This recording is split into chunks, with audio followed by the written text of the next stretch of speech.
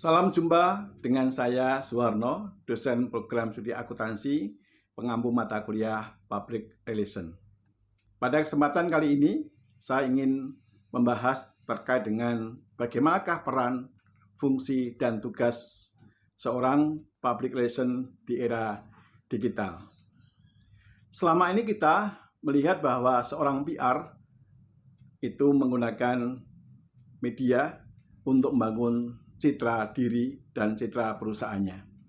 Kalau pada masa lalu, penggunaan media yang paling banyak adalah yaitu media cetak seperti koran, majalah, buletin, dan sejenisnya.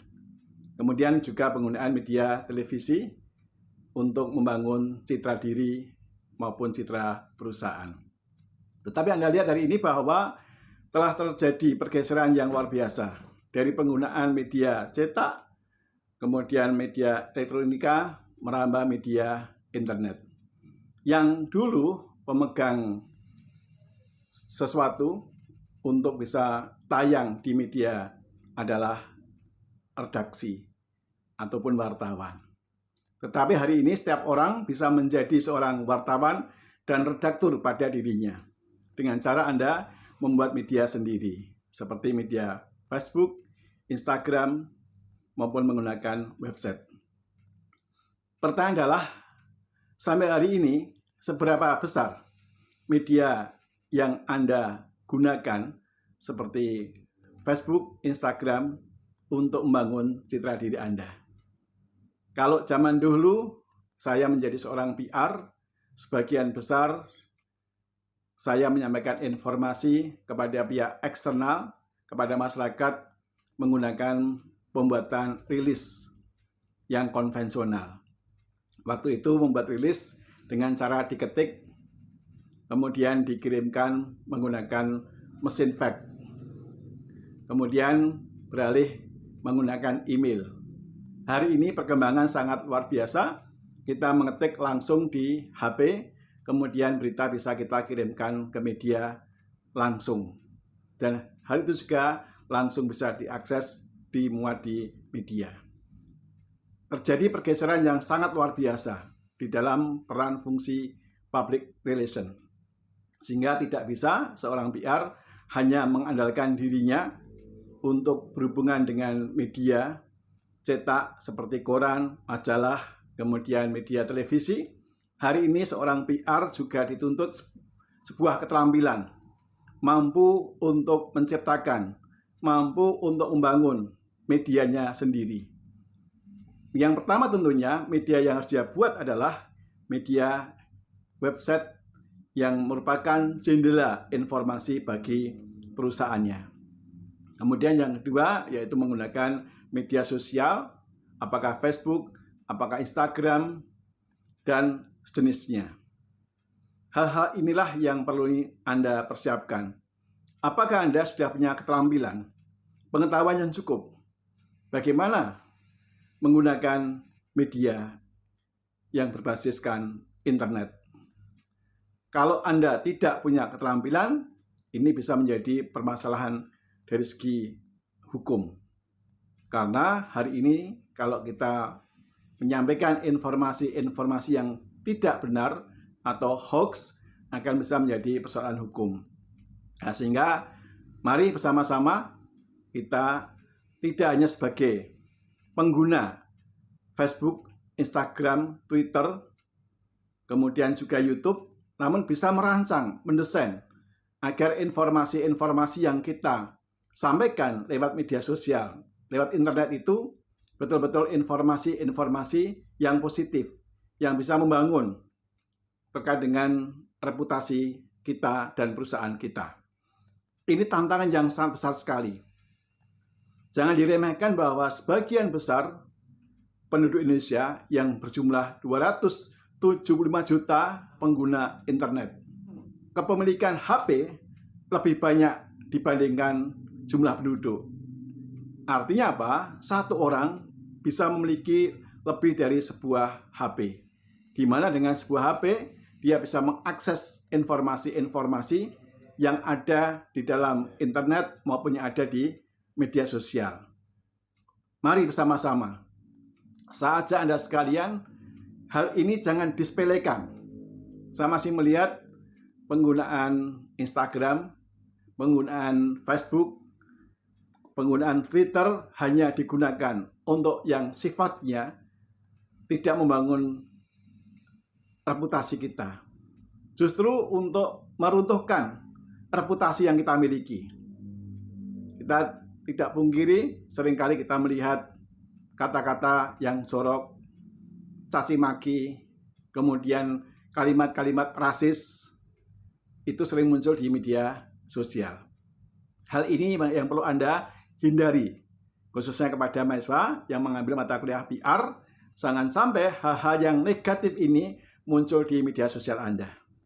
Ingat bahwa jejak rekod Anda itu akan tertanam kalau Anda sering mengakses internet, media sosial, maka jejak rekam Anda secara digital akan terlihat di situ.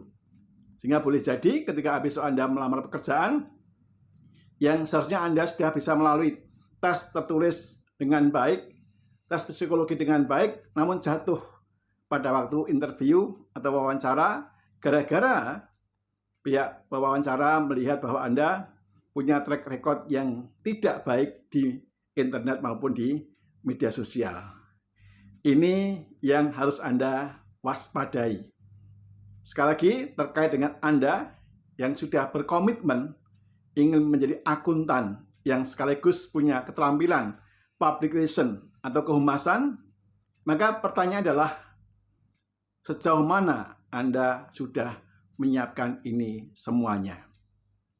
Mari kita bangun mulai hari ini.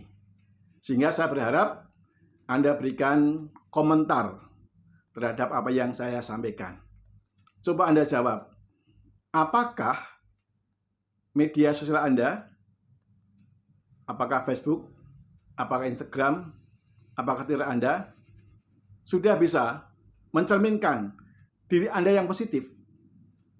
Ataukah yang sebaliknya, justru bisa memberikan informasi yang negatif bagi Anda? Coba Anda lihat. Yang pertama, nama dari media sosial Anda. Apakah menggunakan nama Anda? Atau menggunakan nama samaran yang Anda sekedar iseng-iseng saja? Kemudian yang berikutnya, konten status yang Anda buat, apakah itu mendukung reputasi Anda atau justru akan menghancurkan reputasi Anda? Di dalam media sosial seringkali kita reaktif dalam menanggapi masalah-masalah sosial, masalah-masalah politik, masalah-masalah keagamaan. Nah, coba hal-hal yang begitu, kalau Anda masih sering melakukan, segera sadar, segera bertobat, perbaiki konten-konten Anda yang positif. Karena namanya saja media sosial, media untuk bersosialisasi, bukan untuk media yang digunakan agar Anda memaksakan kehendak pada orang lain.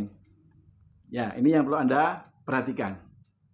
Sekali lagi, jawablah pertanyaan, apakah Anda sudah sebagai pengguna media sosial yang baik? Apa kelemahan-kelemahan Anda di dalam media sosial yang Anda miliki? Kemudian yang kedua, tolong jawab bagaimana langkah-langkah Anda untuk menyiapkan diri Anda agar media sosial Anda, agar internet Anda itu bisa membangun citra diri Anda yang positif. Jelaskanlah langkah-langkah Anda.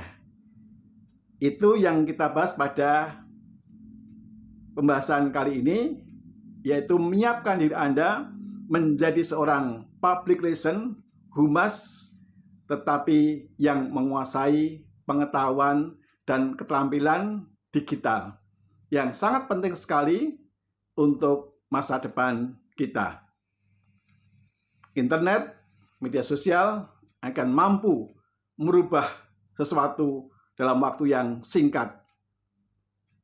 Kalau dulu kita menggunakan koran, menggunakan majalah, perlu jeda waktu.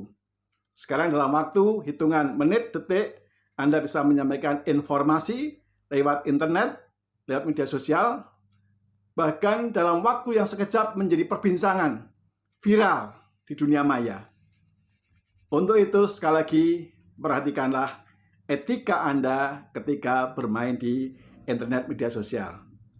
Saya doakan Anda semuanya menjadi seorang PR, humas, akuntan yang bisa menguasai sarana digital untuk membangun citra diri Anda yang positif. Itu yang kami sampaikan pada hari ini. Sukses selalu untuk Anda semuanya.